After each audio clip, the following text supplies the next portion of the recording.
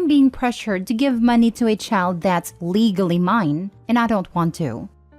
Small detail before I begin the story. I'm from Europe, and the system in here is a bit different than in the US. I, 46 male, have 4 children. 3 are biologically mine, 1 is my wife's affair baby. The oldest one is Olivia, 26, twins males are 22, and the youngest Emma is currently 17. I discovered that Emma wasn't mine about 2 to 3 months after the birth. From the first time I've seen her, we didn't look anything alike, and I was quite suspicious but ignored it for the time being. I just didn't think that my ex would cheat on me, and I just hoped that I was imagining things. Then after 2 months, I decided to do a paternity test, and just to be sure if our baby wasn't mixed up, I did one for my wife as well. The results arrived after a few weeks, and not surprisingly, the kid isn't mine, and there was no baby mix-up.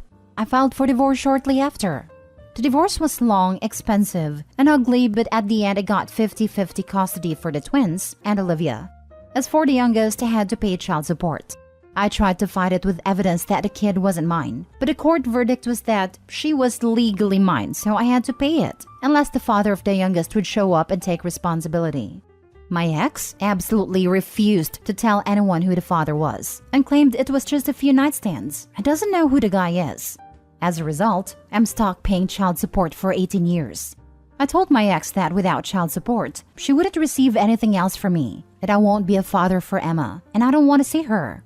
After the divorce was finalized, I moved to a different city.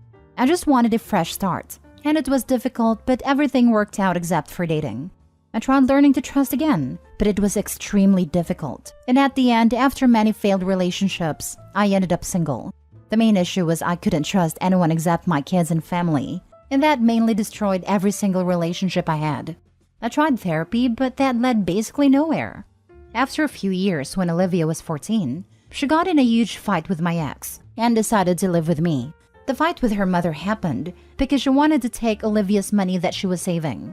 As a result, Olivia wanted to stay away from her mother, and she decided to live with me until she was 20. Here is where the problem begins. For my children, I was saving money, and each got 65,000 euros after they finished school. I tried to teach them to not waste money and invest, but at the end it was up to them. Fortunately, they invested the money smartly and are currently living independently. But the problem started when my ex started hinting about Emma, asking when will she receive money like her other siblings. At first, I thought she was joking and jokingly said, when her real father shows up. She got extremely angry and started yelling about how bad a father I am, and that joke was inappropriate. I got angry myself and said that she should have thought about that before cheating, and that I already paid for a child who wasn't mine for almost 18 years. At the end, I blocked her number and went about my day. That evening, Emma called me and asked why she won't receive anything. I politely said that she knows that she isn't my child. She got angry, yelled that this wasn't fair, and hung up. My ex keeps calling with different numbers and keep yelling what a bad person I am. I can afford it. Obviously, it would leave a dent in my savings, but at the same time, I don't want to do it.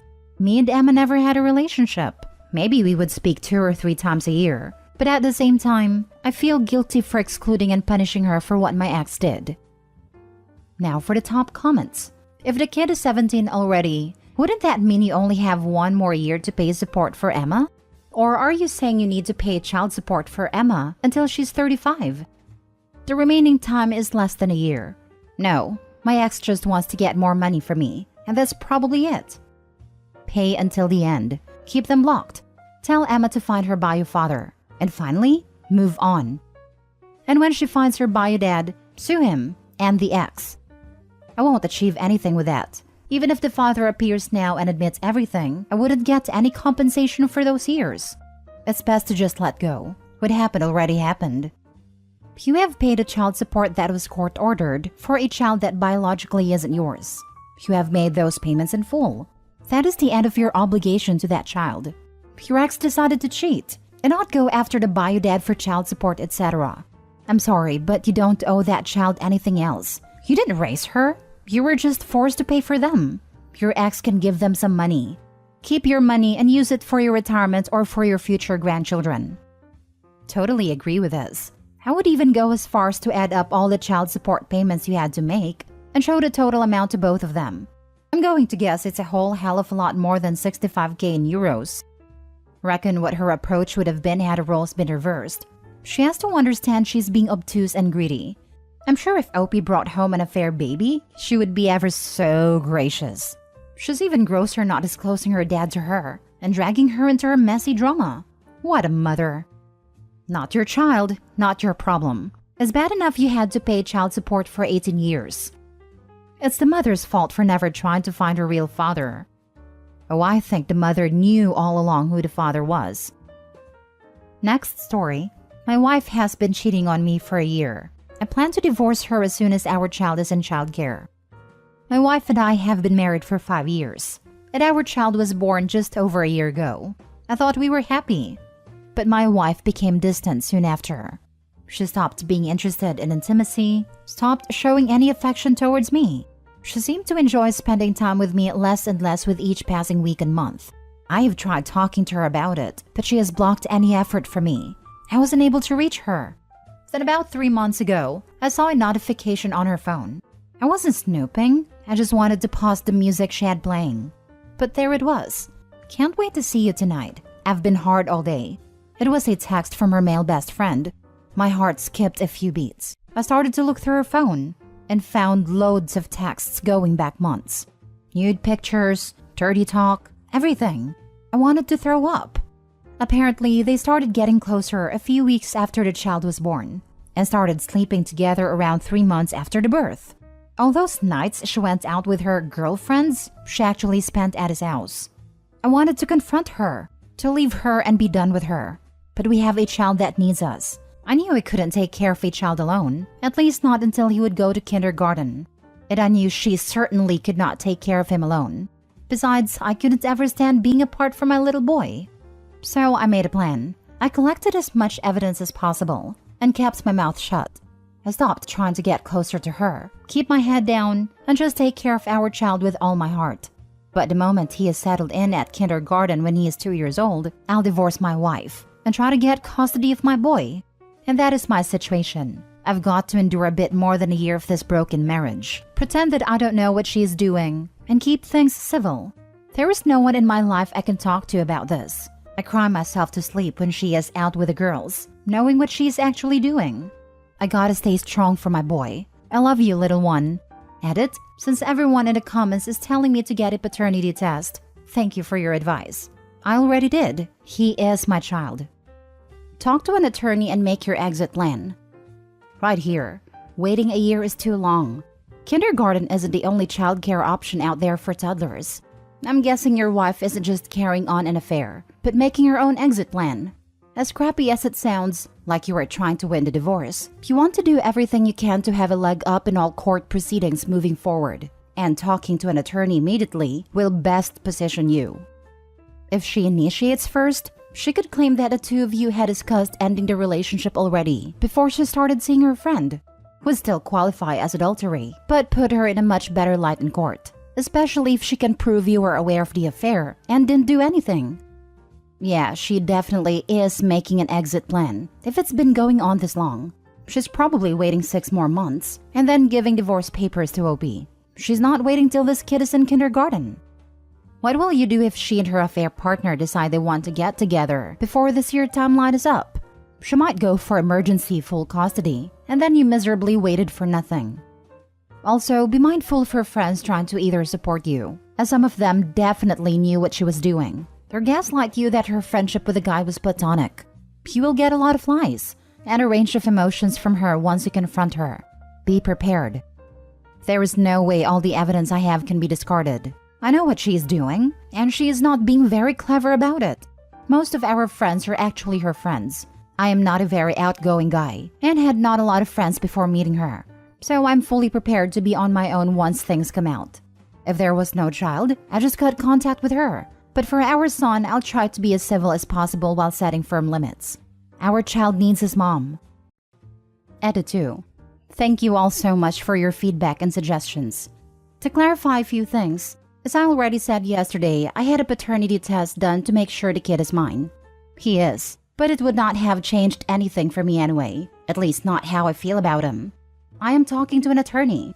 I have been working with them for a while, gathering evidence and building a case. I am prepared in case my wife decides to act before I plan to do. Thirdly, sole custody is not my goal nor my preference. Optimally, I will go for some form of custody agreement, with me being the primary caregiver. I don't want to take his mom from my little boy, but I am prepared for the worst. Many of you disagree with my opinion to keep my wife's infidelity quiet. Let me clarify. In any legal proceedings, I will not hesitate to use what evidence I have gathered. But I will not go around advertising my wife's actions to our friends and family, or worse, to our boy. I will make damn sure his relationship with his mom stays as untainted as possible. I am aware that she might use some dirty tactics and may not be as respectful as I plan to be, which is why I am prepared for any eventuality with my lawyer. Sorry about the confusion regarding kindergarten, daycare, and childcare. I have used those terms interchangeably. In my country, children can be externally cared for from as young as a few months old, but that is rare. Most commonly, children are put in external care at 2 to 5 years old, depending on the situation. In our case, childcare under the age of 2 is not available, and our financial situation is a bit more complicated than I care to elaborate. Suffice it to say, I have done my research and have determined that external childcare is not feasible or affordable until he is 2, and me staying home to care for him full-time is also not feasible. So, to be sure I can take care of him all by myself, in case the separation goes less than smooth, I am waiting until he is regularly going to external childcare. Last story. I let my niece be adopted. Some people judge me for it, but I think I made a right choice. I love my sister Maggie. She and I had a very rough childhood, and it bonded us. We were raised around drugs, alcohol, and abuse. I managed to escape, went to college, and made something of my life. Maggie wasn't as lucky. She fell in love with a dealer, began using, and entered into an awful marriage. I begged her to leave, offered her a spare room, rehab, etc. I even bailed her out of jail more times than I can count, but she just gets sober, leave him, and then go back. Then she told me she was pregnant. She was so excited. She was in a sober spell, still with her husband, but swore things were different now. He was going to live the life. He promised her. It took all I had not to cry at her naivete. My beautiful niece Harlow was born, and I did my best to protect her. At one point, social services were called on them. CPS did an investigation, and Maggie was distraught. She begged me that if Harlow entered the system, I'd take her. I couldn't let her be adopted. I promised her I would, and the CPS investigation was eventually closed. At one point, Maggie and I had a falling out. I was once again trying to help her leave, get sober, etc., but she refused and cut me out entirely. The husband had left her and moved on to someone else.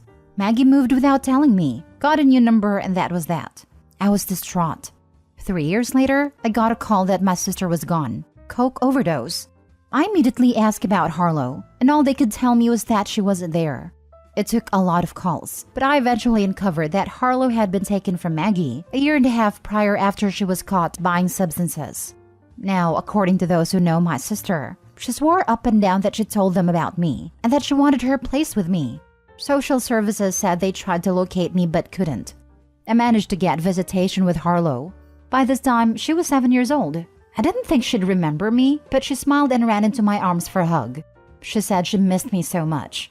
She told me all about her foster parents, her new house. She was so happy and healthy. I met her foster parents, and they were lovely people.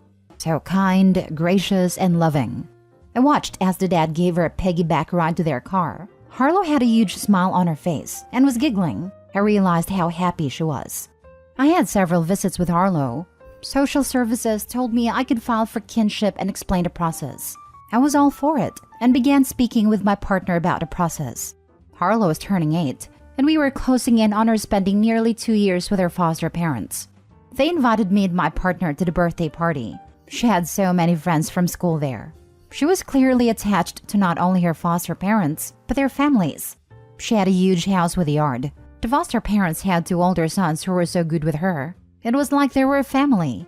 The foster mom told me that prior to me showing up, they planned on adopting Harlow, but understood that she may end up with me. She offered to support me in that, but I could tell it was breaking her heart. So the next visit, I asked Harlow how she'd feel about moving in with me. She got sad and asked about her foster family. She referenced them as mommy and daddy. It was in that moment I knew this was her new family. I asked if she wanted them to be her forever family, and she said yes. So I denied taking on kinship. We have no other family, and her biological father's was not interested. I then wrote a letter to the judge blessing the foster parents to adopt Harlow. It wasn't necessary, but I figured I'd try to help as much as possible. 6 months later, Harlow was adopted. Harlow is now 13. I'm still her aunt. Her parents invite me to dinner. I go to birthday parties. They came over to our house on Christmas Eve, and we exchanged presents. Harlow is in therapy for her early years, but is happy now and thriving. Her parents are so loving and caring. Some people in my sister's life have judged me. Maggie wanted her with me after all. My partner's brother was adopted, and he didn't agree with my choice. He feels children should stay with biological families. He has a lot of trauma from his adoption, and he knows Harlow will too. He says one day she may hate me for this. And yet, I'm okay with that. Tearing her from that family would have been so selfish. She's happy and thriving in that home. I feel like she does stay with her biological family by you being in her life. You don't live together, but the fact that you are there for her must make her feel not really abandoned. I think it sounds great. She has so many adults who love her. I wish I had someone outside my family growing up who cared as much as you do. Right? OP is her aunt, and stays her aunt. Nothing is changing that. She still has her relationship with her. Me and my sister had a conversation about what happens to my niece if God forbid both her and her husband died. She said she wanted her daughter to go to her friends and how I felt about it. I said it was the best option, and I'm not hurt at all. I don't have a lot of money. I live in an apartment with roommates because I can't afford to live alone. I'm a chef and requires long hours, working weekends and holidays. And the most important thing, I don't like kids or ever want them. It would be a hard transition for my niece because she doesn't know them as well as me. But long term, it would be best. They have good jobs in the house. If she came with me, I would have to uproot my whole life and would have to do it all on my own. I wouldn't be around much because of work. This scenario is not good for either of us. I would still be in her life if she went to my sister's friends, but me taking kinship of her would be a bad decision for me. And more importantly, her.